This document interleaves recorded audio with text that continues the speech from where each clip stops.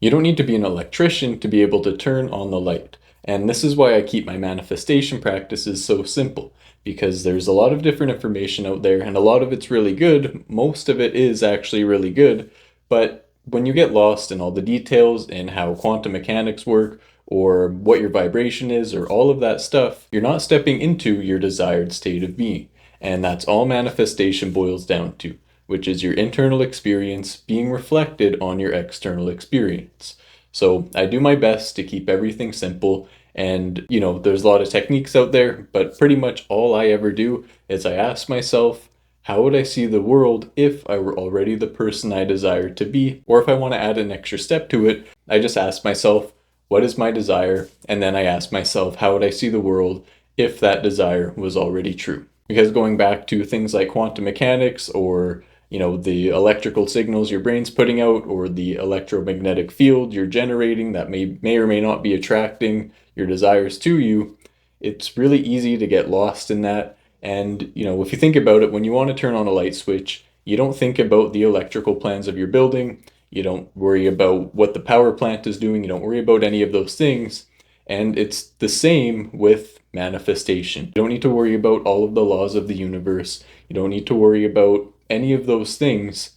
Simply know and understand that imagination is the only reality. Imagination is your internal experience. So when you change what you imagine, you change your internal experience. And because your internal experience gets reflected on your external experience, all you need to worry about is what you're imagining. Now, there's nothing wrong with learning all that other stuff. It can be really interesting. And from time to time, if something like that comes up on my feed, I'll definitely sit and watch it. But knowing it or not knowing it isn't going to stop you or help you manifest your desires. For example, you didn't need to know any of these laws or rules to manifest your life before you knew about manifestation. All you were doing was giving life to a certain internal experience, and the external followed. And that same principle applies even after you learn about manifestation. You can learn about all the rules if you want. Normally it's pretty interesting, but if you just want to manifest your desires, keep it simple, because if you're keeping it simple, odds are you're actually stepping into your state of your wish fulfilled rather than getting lost in success stories or new techniques or new ideas or new laws people keep coming up with around the law of attraction or the law of assumption or all of the other laws out there. You can call it whatever you want, but if you're manifesting with a purpose, just understand that it starts with you. It starts with your internal experience. And if that's all you want, that's as complicated as it needs to get. Now, if all that resonated and you want to dive deeper into this stuff, check out my school community. The link's in the description below,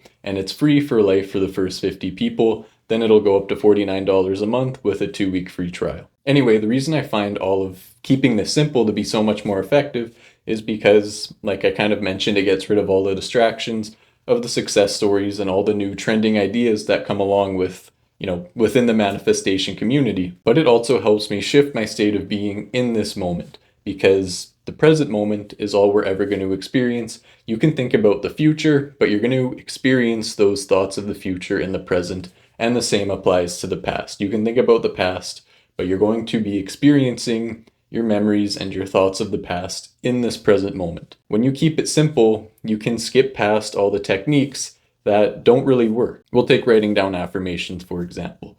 The idea is if you write down enough affirmations, eventually the universe is going to respond to that and give you what you want. But that's not how it works. Like I mentioned earlier, imagination is the only reality, and your imagination, or what you truly are, only exists in this present moment. So when you change your imagination here and now, which is the only place and time you can do it, you change your reality here and now.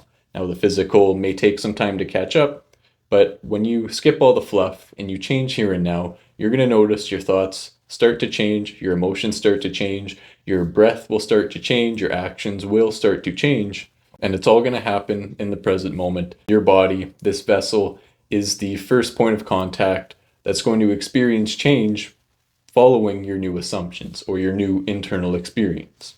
So when you keep it simple, you can change here and now, which is the only place and time to change. So in other words, it's going to make it easier to change your state of being here and now by keeping it simple, by understanding that imagination is the only reality and that you are your imagination.